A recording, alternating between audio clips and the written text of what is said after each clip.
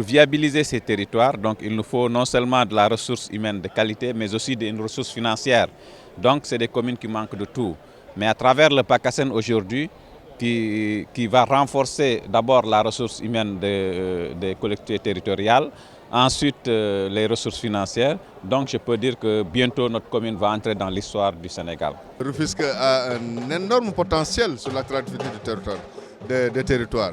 Et aujourd'hui, avec tout ce que nous avons entendu sur la politique de décentralisation, avec l'avènement de l'acte 3 de la décentralisation, la responsabilité des communes et des départements sur le vécu et le suivi de tout ce qui doit se faire aujourd'hui pour le bénéfice des populations, nous sommes sentis réconfortés vraiment. Et je pense qu'au cours des travaux, en tant qu'acteur de développement et en tant qu'acteur territorial, nous allons poser vraiment la problématique du financement des territoires, comme l'a si bien expliqué le président de la République.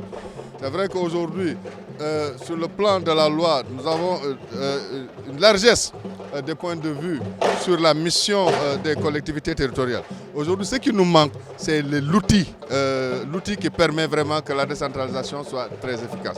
Au Sénégal, on connaît bien les concepts, on a des slogans qui sont très accrocheurs. Maintenant, le nœud du problème, ou bien le nerf de la guerre, ce sera de faire en sorte que l'administration centrale lâche l'argent pour que cet argent arrive au niveau des territoires. Et c'est ça le problème essentiel que nous avons. L'argent n'arrive pas au territoire.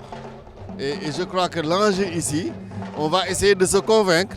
Les experts vont bien parler de la cartographie, vont bien clarifier les différents enjeux et les défis que nous avons. Mais la finalité de l'aménagement du territoire, c'est l'accès aux services sociaux de base pour les populations. Mais au jour d'aujourd'hui, véritablement, les populations sont encore dans la ruralité et l'extrême précarité.